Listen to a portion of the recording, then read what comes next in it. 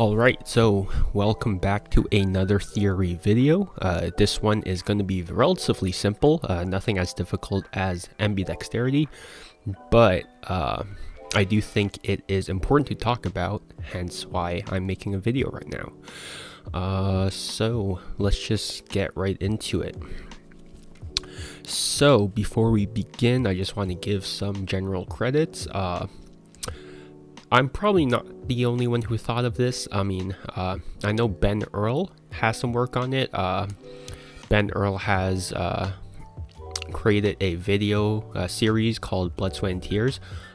His first video series, his first part of the series, Blood, has some work on this. But mainly, I developed this independently, stemming from theory from Tony Chang, right? Tony Chang and his work in how to like be more natural or something like that. But yeah, so let's just talk about what this theory entails. So this theory is just doing something as simple as this.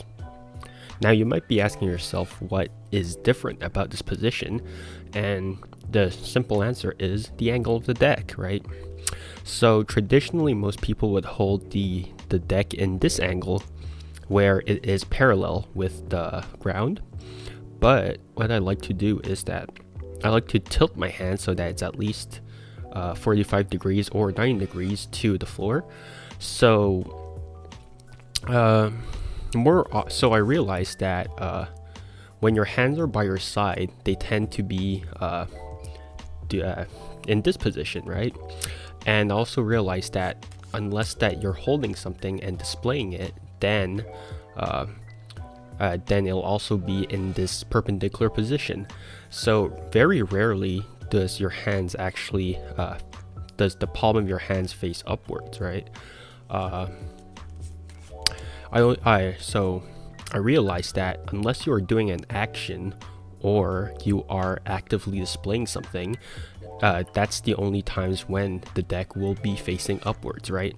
So take for example spraying the deck, right? You are doing an action and therefore it feels better to be for the deck to be parallel with the floor, right? Also, if you're displaying a card, obviously you would display it the card obviously parallel with the floor, since you know it's easier to spot. But that's only because you're doing an action, right? So I realized that some magicians tend to maintain this position even when they are not doing anything, right? So when they are in let's call it the resting position, right? So when they are in the resting position, it's an indication, or at least like through body language, that they are not doing anything, right?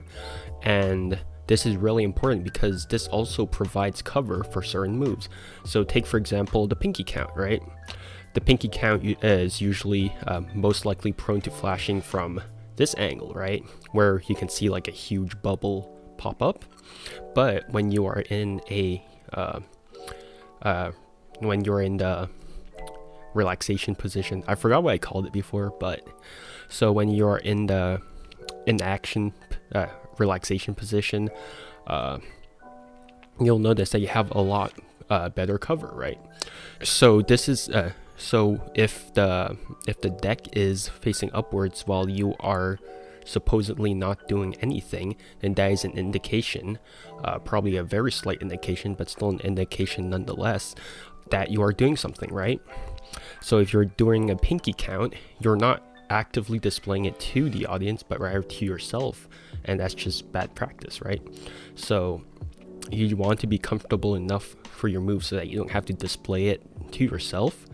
So learn how to do moves in this relaxed position. So I think that's about it. It is a relatively short theory, but I do think it is important, so please take this into consideration.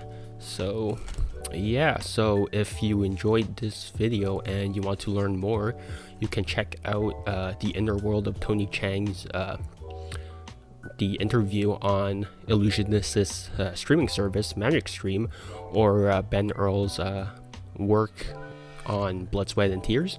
So both are very good resources.